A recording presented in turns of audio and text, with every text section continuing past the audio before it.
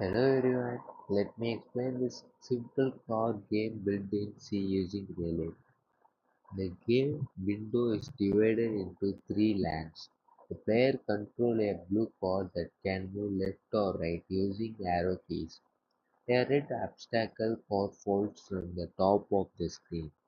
Each time the obstacle passes the player without collision, the score increases and the speed gets faster, making the game more challenging. If the player's score collides with the obstacle, the game ends with the over message. Pressing space lets you restart the game with the score reset. This project demonstrates collision detection, land-based movement, and increasing difficulty in one way.